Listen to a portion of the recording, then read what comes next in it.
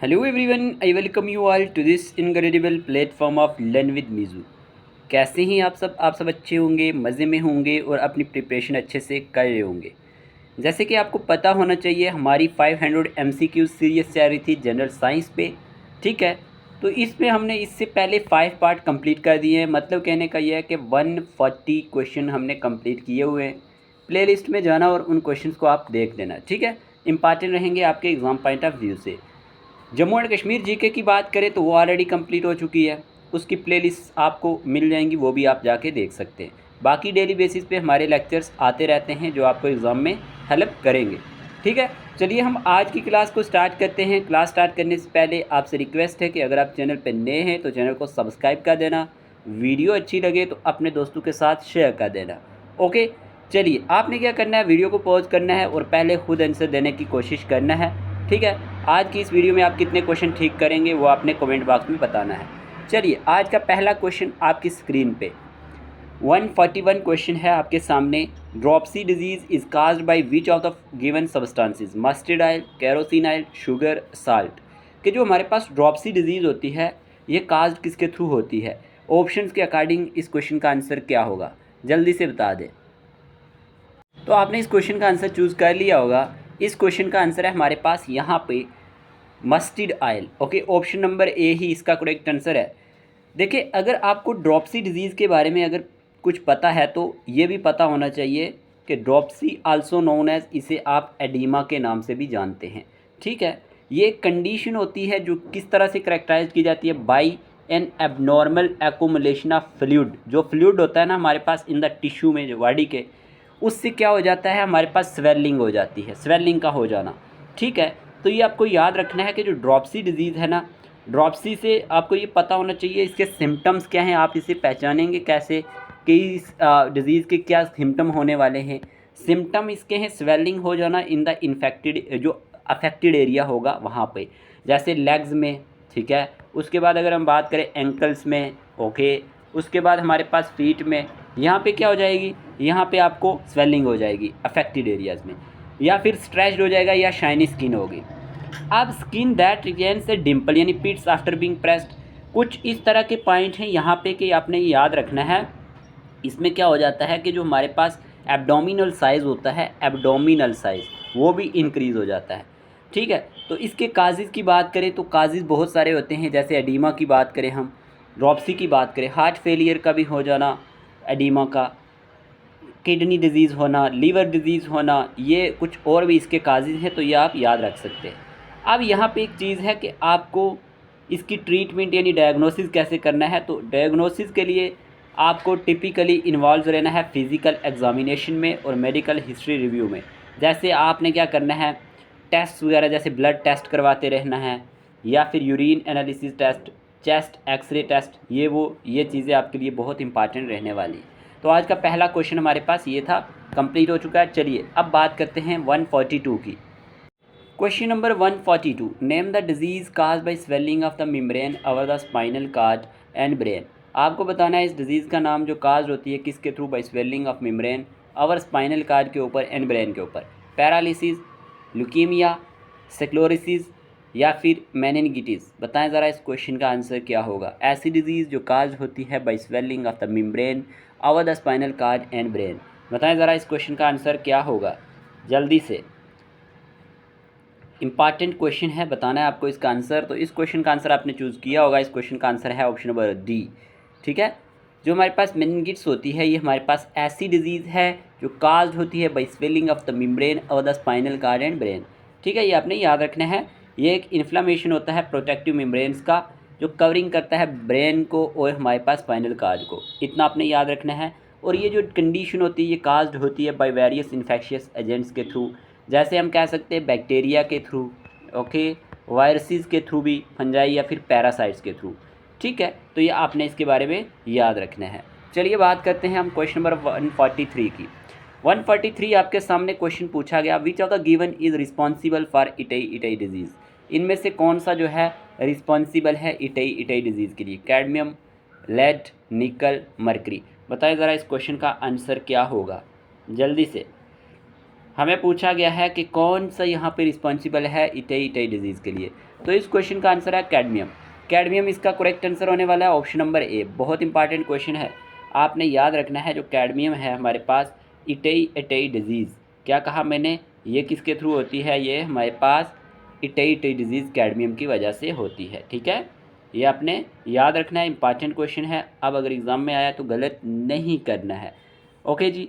इटई इटई disease क्या है, एक पेनफुल कंडीशन होती है जो काज्ड होती है बाई किसके थ्रू, क्रोनिक कैडमियम पॉइजनिंग की वजह से। जो नेम है इटई इटई, इसका मतलब होता है ट्रांसलेट्स टू इट हर्ट्स। क्या इसका मीनिंग है, इट हर्ट्स इन जापानीज़ में। ठीक है, इन जापानीज़, ये पॉइंट आपने याद रख लेना है।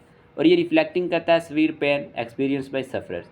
जो ये हमारे पास ये डिज़ीज़ थी, this disease was first identified in the Toyama, जो हमारे पास प्रीफेक्चर ऑफ जापान में ये सबसे पहले हमारे पास आइडेंटिफाई की गई थी। तो ये कुछ इंपॉर्टेंट पॉइंट इसके बारे में याद रख लेना, एग्ज़ाम में काम आएंगे। इसके सिम्टम क्या होते हैं, बोन पेन हो जाना, ठीक है, उसके बाद बोन फ्रैक्चर्स, उसके बाद किडनी में जो हमारे पास डैमेज हो जाना, ठीक है, उसके बाद एनीमिया भी इसकी वजह से हो सकता है। तो जो हमारे पास जनरल वीकनेस होती है वो भी एक इसका सिम्टम है। हम बात कर रहे थे इटई इटई डिजीज़ की, तो इसके लिए कैडमियम रिस्पॉन्सिबल है। ठीक है जी, चलिए 144 की बात कर लेते हैं। क्वेश्चन नंबर 144 पूछा गया, on an ecological time scale the process of directional change in community composition is known as. यहाँ पे दिया गया की stone species successions guild population. बताएं ज़रा, on an ecological time scale the process of directional change in community composition is known as. ये process किस नाम से जाना जाता है, ऑप्शन आपके सामने है। तो इस क्वेश्चन का आंसर है सक्सेशन के नाम से जाना जाता है। किसके नाम से, सक्सेशन के नाम से। आपने इकोलॉजिकल सक्सेशन तो पढ़ा ही होगा, बहुत इंपॉर्टेंट टॉपिक है बायोडाइवर्सिटी में या इकोसिस्टम ने, आपने इकोसिस्टम में इसको पढ़ा होगा और ये एग्ज़ाम पॉइंट ऑफ व्यू से बहुत इंपॉर्टेंट है। इकोलॉजिकल सक्सेशन एक ऐसा प्रोसेस होता है बाई विच, जिसके थ्रू क्या होता है, जो स्ट्रक्चर होता है ना, किसका, द स्ट्रक्चर ऑफ जो हमारे पास बायोलॉजिकल कम्युनिटी का होता है वो इवॉल्व होता है। इवॉल्व होता है अवर टाइम। इवॉल्व क्या होता है, अवर टाइम। क्या कहा मैंने कि जो हमारे पास इकोलॉजिकल सक्सेशन है ये एक ऐसा प्रोसेस है जिसमें structure of a biological community evolves over time. Two main types of succession recognise किए गए हैं, प्राइमरी सक्सेशन और हमारे पास सेकेंडरी सक्सेशन। दो तरह के सक्सेशन है, एक प्राइमरी है एक सेकेंडरी है। प्राइमरी में क्या होता है हमारे पास, प्राइमरी में occurs in life less area में ये होता है। कहाँ पे, लाइफ लेस एरियाज, जहाँ पे कोई भी साइल या सेडिमेंट नहीं होता।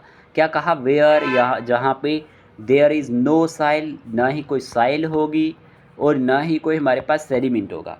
एग्जांपल्स इसकी हम बात करें अगर, include area left by retreating, जो एरिया किसकी वजह से बच गया, ग्लेशियर के लेफ़्ट होने से बच गया, वोल्केनिक इरप्शंस की वजह से बच गया, क्रिएटिंग न्यू लैंड, तो वहाँ पे एक नई लैंड क्रिएट की गई, तो इसी तरह से, या एक न्यूली फॉर्म्ड सैंड ड्यून बन गया, तो इस तरह की जगह में हमारे पास प्राइमरी सक्सेशन होता है।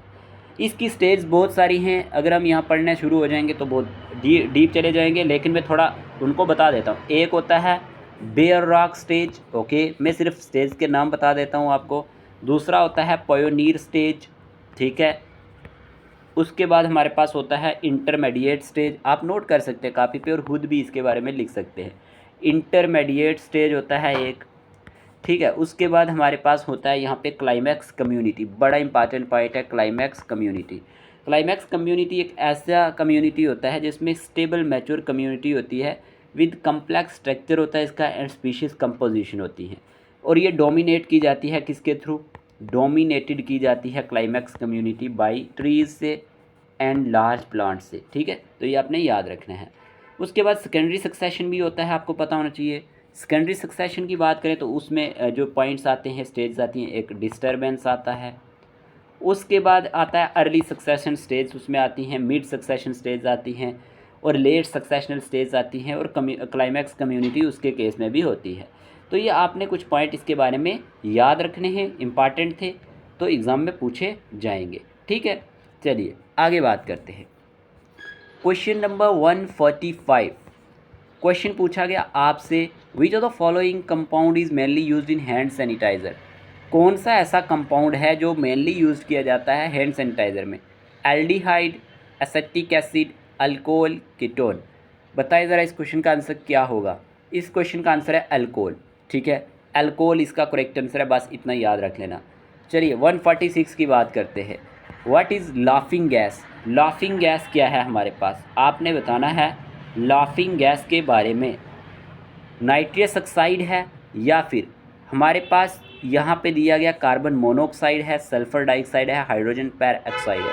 बड़ा इंपॉर्टेंट क्वेश्चन है, लाफिंग गैस के बारे में पूछा गया आपसे, तो याद रखना इस क्वेश्चन का आंसर है ऑप्शन नंबर ए, नाइट्रस ऑक्साइड। क्या है नाइट्रस ऑक्साइड। इसी को हम इस तरह से भी लिखते हैं N2O। ये पॉइंट आपने याद रखना है। ये एक कलरलेस, क्या कहा मैंने, कलरलेस नॉन फ्लेमेबल होती है, नॉन फ्लेमेबल गैस होती है। ठीक है, नॉन फ्लेमेबल गैस जिसमें स्लाइटली स्वीट ऑर्डर और टेस्ट होता है इसका।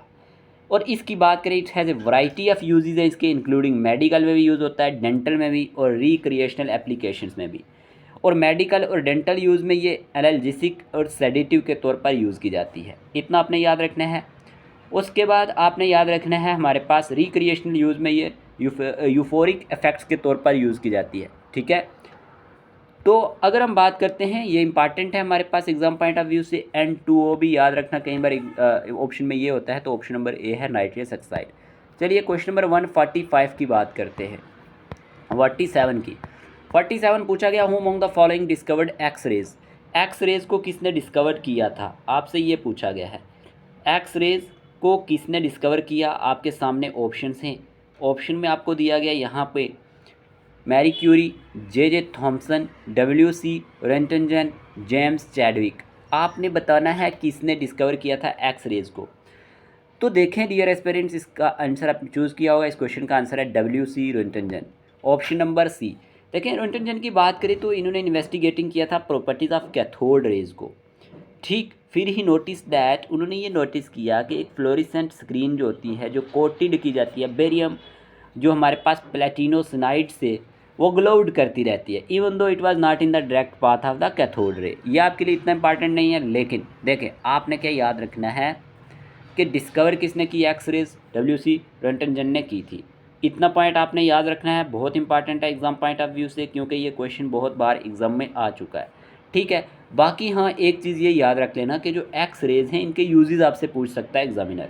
क्या कहा मैंने, एक्स रेज के यूजेस आपसे पूछ सकता है। तो एक्स रेज की बात करें तो एक्स रेज जो हैं ये हमारे पास मेडिकल यूजेज में यूजेज इनका बहुत ज़्यादा है, जैसे डायग्नोस्टिक करना, किसको, डायग्नोस्टिक, इमेजिंग, इमेजिंग में इनका काम है, रेडियोग्राफी में, है ना, रेडियोग्राफी में इसका काम है। रेडियोग्राफी क्या हो गया, आपको ये पता होना चाहिए, commonly use to visualise bones and detect करना फ्रैक्चर्स को।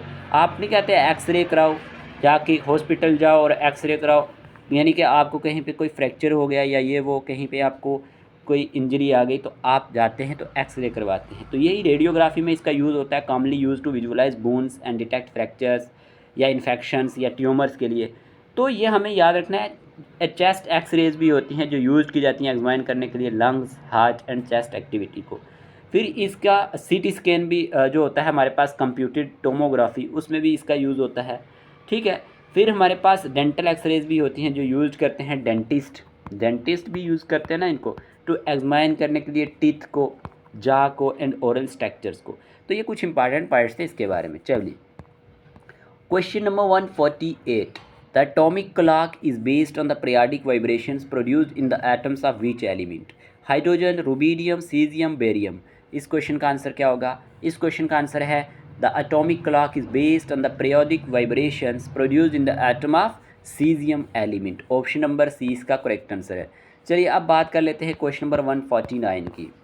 क्वेश्चन नंबर 149 आपसे पूछा गया, the elimination of toxic nitrogenous waste and excess water in man is by. बड़ा इंपॉर्टेंट क्वेश्चन है, आपने इसका आंसर देना है। तो हमारे पास यहाँ पे पूछा गया आपसे कि एलिमिनेशन हो जाना टॉक्सिक नाइट्रोजनियस वेस्ट का, जो भी हमारे पास टॉक्सिक नाइट्रोजनियस वेस्ट होता है या फिर एक्सेस वाटर होता है इन मैन में, वो किसके, कौन सा प्रोसेस है ऐसा, एक्सक्रीशन है, सर्कुलेशन है, रिप्रोडक्शन है या पोल्यूशन है। तो डियर एस्पिरेंट्स, इस क्वेश्चन का आंसर है हमारे पास excretion. Okay, option number A इसका करेक्ट आंसर है। ठीक है, आपने ये याद रखना है। एक्सक्रीशन अगर आपसे कोई पूछ ले क्या होता है, ऐसा प्रोसेस जिसमें ह्यूमन बॉडी रिमूव्स करती है वेस्ट प्रोडक्ट्स को एंड एक्सेस सब्सटेंसेस को टू मेंटेन करने के लिए किसको, होमियोस्टेसिस को। ठीक है, किसको, हमारे पास होमियोस्टेसिस को हमारे पास यहाँ पे मेंटेन रखने के लिए। ठीक है, एंड प्रिवेंट करने के लिए डैमेज टू टिश्यूज़। अगर हम बात करते हैं इसमें मेजर एक्सक्रीटरी ऑर्गन्स हमारे कौन कौन से होते हैं, ये एग्जामिनर पूछ लेगा, फिजियोलॉजी में आपको पूछा जाता है।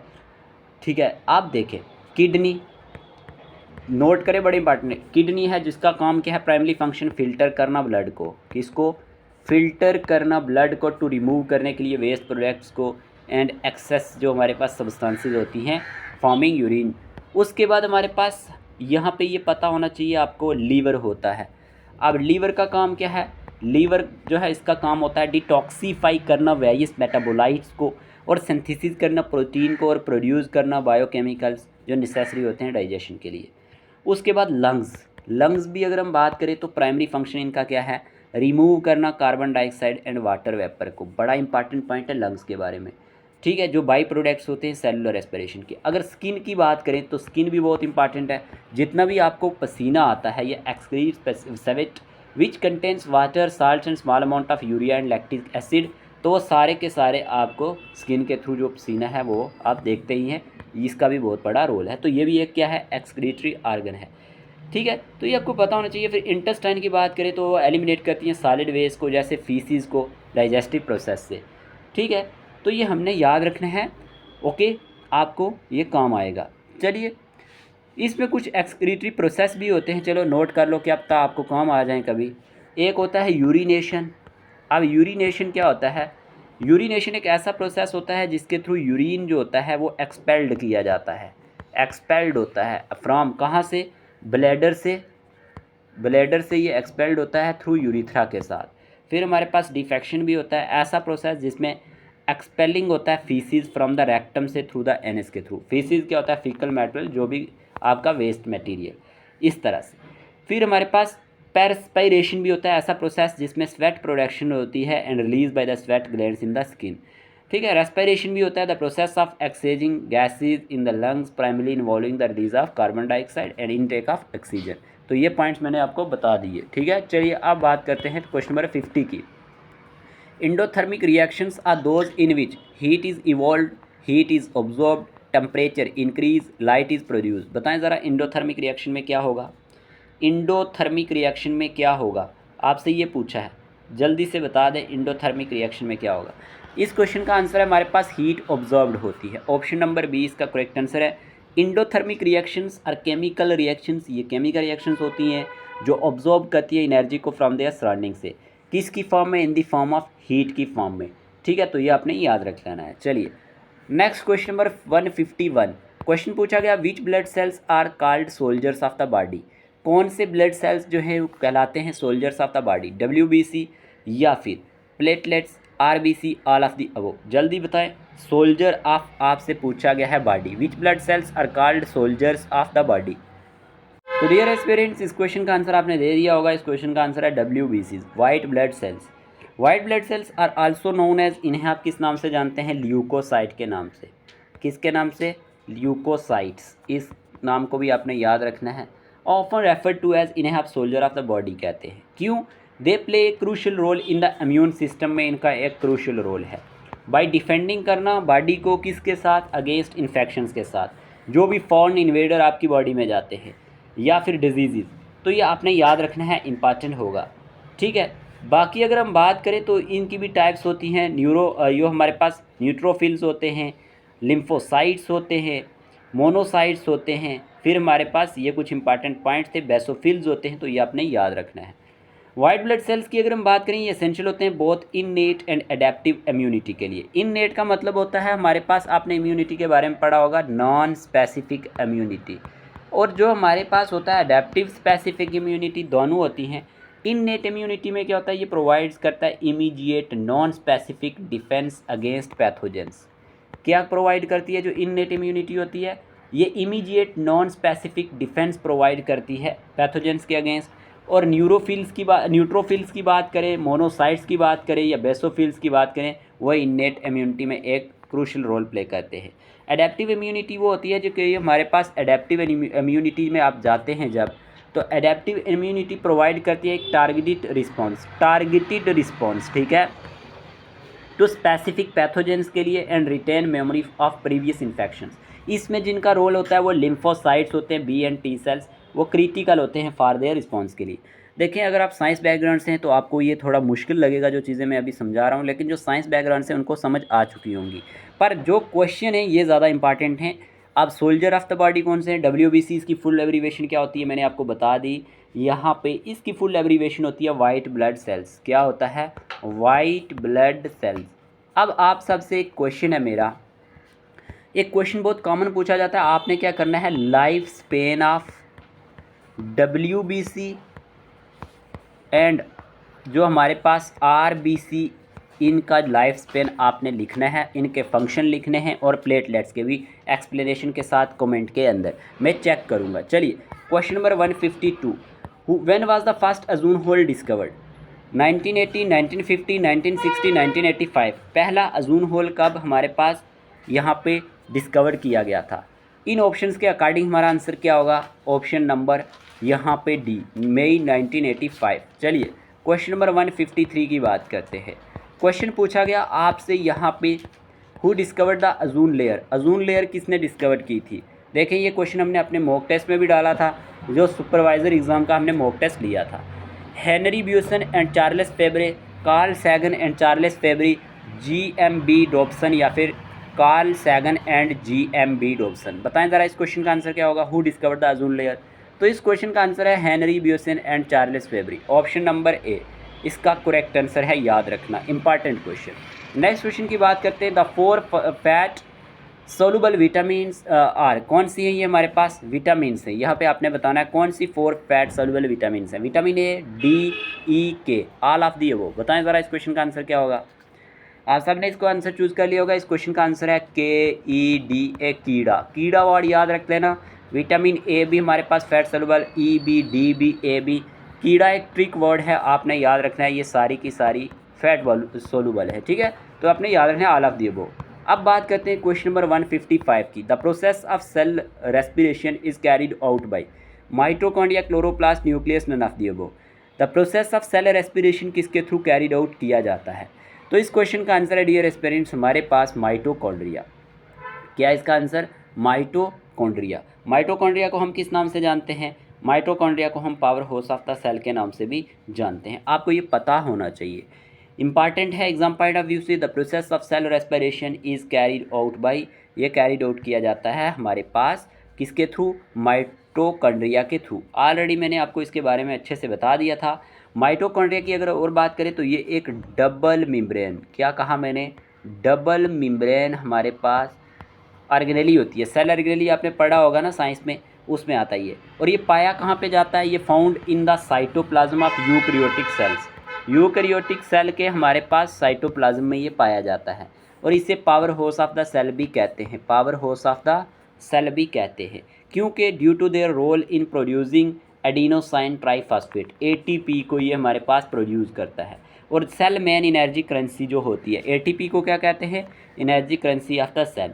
तो ये आपने याद रखना है, ठीक है। चलिए नेक्स्ट बात कर लेते हैं। Question number 156, glycolysis is also known as. जब मैंने आपके लिए प्लांट रेस्पिरेशन का टॉपिक अलग से लाया था तो मैंने बड़े डिटेल में इसको समझाया था, आपने वो वीडियो देखा होगा। ग्लाइकोलिसिस किस नाम से जानी जाती है, आपको ये पूछा गया। आप बताएं ज़रा, ऑप्शन आपके सामने हैं यहाँ पे, EMP pathway, TCA pathway, carbon या फिर हमारे पास सिक्वेशन या फिर नन ऑफ दीज अबोव। बताएं ज़रा इस क्वेश्चन का आंसर क्या होगा। देखें, अगर हम बात करते हैं ग्लाइकोलिसिस की तो इस क्वेश्चन का आंसर है EMP पाथवेज। ग्लाइकोलिसिस को रेफर किया जाता है एज द एनएरोबिक फेज के तौर पर, एनएरोबिक। अब देखें, मैंने आपको एरोबिक और एनएरोबिक पढ़ाया था। एरोबिक होता है रेस्पिरेशन का मतलब जो टेक प्लेस करती है in the presence of oxygen की प्रेजेंस में। एनएरोबिक का मैंने बताया था without the presence of oxygen, जिसमें ऑक्सीजन एब्सेंट होता है। अब ग्लाइकोलिसिस क्या है, ये एक एनएरोबिक हमारे पास फेज होता है और इसे first stage of cellular respiration भी कहते हैं। क्या कहा मैंने, फर्स्ट स्टेज ऑफ जो हमारे पास क्या होती है सेलुलर रेस्पिरेशन, ये इसी को कहते हैं। अब आपने भूलना नहीं है। चलिए 157 की बात करते हैं। क्वेश्चन पूछा गया आपसे, checking of reradiating heat by atmospheric carbon dioxide dust methane ozone is known as solar effect, radioactive effect, ozone layer, greenhouse effect. Simple सा क्वेश्चन है, तो इस क्वेश्चन का आंसर है हमारे पास यहाँ पे सिंपल वे में सोलर इफेक्ट तो नहीं होगा, इस क्वेश्चन का आंसर है ग्रीन हाउस इफेक्ट। ठीक है, checking of reradiating heat by atmospheric carbon dioxide dust methane ozone is known as greenhouse effect. ये आपने याद रख लेना है, इंपॉर्टेंट होगा। देखिए अगर आपने JKSSB फीमेल सुपरवाइज़र एग्ज़ाम के लिए अभी तक मॉक टेस्ट सीरीज़ नहीं ली हुई, कोई नया है जिसे पता नहीं है तो वो ले ले। उसमें आपको 20 sectional mock test plus 5 full length mock test मिलने वाले हैं, जो आपके एग्ज़ाम की प्रिपरेशन को बहुत अच्छा बना देंगे। ठीक है, तो ये आप ले सकते हैं। इसमें आपके लगभग 2000 के करीब MCQs भी कवर हो जाएंगे और सिर्फ 149 रुपीज़ में ही आपको सारे के सारे मिल जाएंगे। ठीक है, अकॉर्डिंग टू शेड्यूल। अभी हमारे पास 5 मॉक टेस्ट प्रिपेयर हो चुके हैं, सेक्शनल जो हैं वो फर्स्ट से स्टार्ट हो रहे हैं, तो आपने इस बात को याद रखना है। आपने सिंपल हमें 8492886188 पर मैसेज करना है, तो आपको बता दिया जाएगा।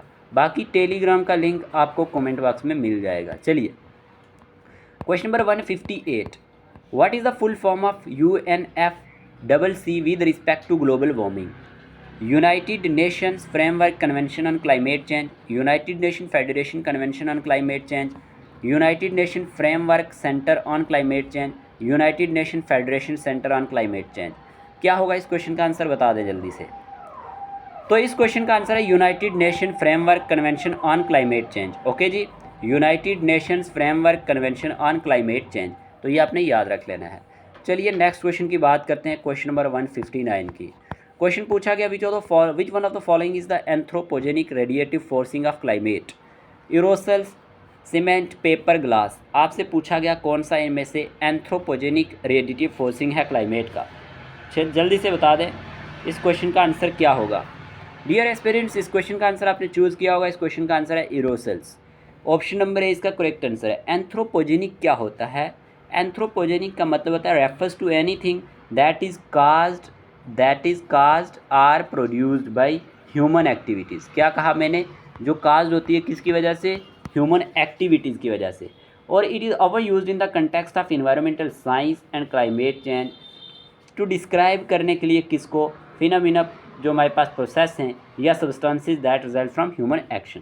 फॉर एग्जांपल अगर हम बात करें anthropogenic emissions of green house gases, जैसे कि कार्बन डाइऑक्साइड होता है फ्रॉम बर्निंग फॉसिल फ्यूल्स, और ये कंट्रीब्यूट करता है ग्लोबल वार्मिंग में एंड क्लाइमेट चेंज में।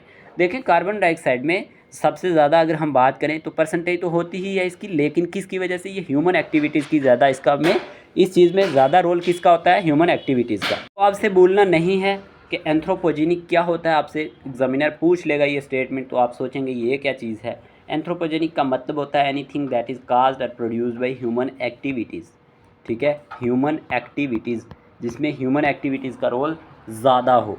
ठीक है, इन्वायरमेंट को ख़राब करने में आपका भी काम बनता है कि आप लोगों को समझाएं जो आसपास गंदगी डालते हैं। ठीक है, चलिए पोल्यूशन से हमें बचना है। Question number 160, what is the basic principle of immunization and vaccination? क्या है बेसिक प्रिंसिपल इम्यूनाइजेशन का और वैक्सीनेशन का? It is based on the number of B and T lymphocytes, it is based on the property of memory of the immune system, या फिर it is based on antigen antibody interaction, या it is based upon the number of white blood cells. बताएं ज़रा इस question का answer क्या होगा जल्दी से। तो इस क्वेश्चन का आंसर है डियर एस्पिरेंट्स हमारे पास it is based on the property of memory of the immune system. Option number B इसका करेक्ट आंसर है। देखिए यहाँ पे एक टर्म आपको दिखी, यहाँ पे कौन सी? लिम्फोसाइट्स। लिम्फोसाइट्स क्या होते हैं? लिम्फोसाइट, आंसर तो इसका B है। लिम्फोसाइट्स होते हैं एक type of white blood sales. मैंने आपको ऑलरेडी पहले भी बताया, वाइट ब्लड सेल्स होते हैं जिन्हें आप ल्यूकोसाइट्स कहते हैं, और involve in the body immune response में ये इन्वॉल्व होते हैं, और ये प्राइमरली रिस्पॉन्सिबल होते हैं आइडेंटिफाइंग करने में और कम्बैटिंग करने में पैथोजेंस को। जैसे कि कोई बैक्टीरिया आपकी बॉडी के अंदर चला जाता है, वायरस से चला जाता है, या फॉरेन इन्वेडर, तो इन सब को ये हमारे पास उनके साथ लड़ने की क्षमता रखते हैं। तो लिम्फोसाइट्स एक की कंपोनेंट है अडेप्टिव इम्यून सिस्टम का, जो प्रोवाइड करता है टारगेटेड और स्पेसिफिक रिस्पॉन्स टू पैथोजेंस। ठीक है, पैथोजेंस का आपको पता होना चाहिए, पैथोजेंस क्या होते हैं, इंपॉर्टेंट टर्म है पैथोजन भी। तो पैथोजन क्या होता है, pathogen is any micro organisms, कोई भी ऐसा माइक्रो ऑर्गेनिजम्स, पैथोजन की बात कर रहा हूँ, ये टर्में आपको आनी चाहिए। पैथोजन होता है कोई भी ऐसा माइक्रो ऑर्गेनिजम्स जैसे वायरस, बैक्टीरिया, फंगस, पैरासाइट, ये काज करते हैं disease in its host organism में, इन्हीं को हम एक्चुअल में पैथोजन कहते हैं। ठीक है, उसके बाद आपको यहाँ पे एक टर्म दी गई है एंटीजन। अब ये एंटीजन क्या होता है, एंटीजन का भी आपको पता होना चाहिए। एंटीजन क्या होता है, देखें एंटीजन हमारे पास यहाँ पे डियर एस्पायरेंट्स, यहाँ पे मैं बताता चलूँ, एंटीजन एक ऐसी कोई भी फॉरेन सब्सटेंस या मॉलिक्यूल जो स्टिमुलेट होता है इम्यून रिस्पॉन्स में एक ऑर्गेनिज्म के अंदर। ठीक है, और एंटीजन की बात करें, ये टिपिकली प्रोटीन्स हो सकती हैं, लार्ज पॉलीसेकेराइड्स हो सकते हैं। ठीक है, तो ये आपने याद रखना है। ओके, चलिए आज की इस वीडियो में हमने कितने क्वेश्चन डिस्कस किए, आपने सारे ठीक किए होंगे, कितने ठीक किए आप कमेंट बॉक्स में बता दें, और आपको वीडियो कैसा लगा वो भी बता दें। ये सारे के सारे क्वेश्चंस इंपॉर्टेंट होते हैं, आपके एग्जाम पॉइंट ऑफ व्यू से पूछे गए हैं, तो आपको बहुत ज़्यादा और भी आपके नॉलेज में बहुत ज़्यादा ये आपको काम आएंगे। ठीक है, आज की वीडियो के लिए इतना ही रखते हैं, मिलते हैं नेक्स्ट लेक्चर के साथ। ठीक है, take care of your self.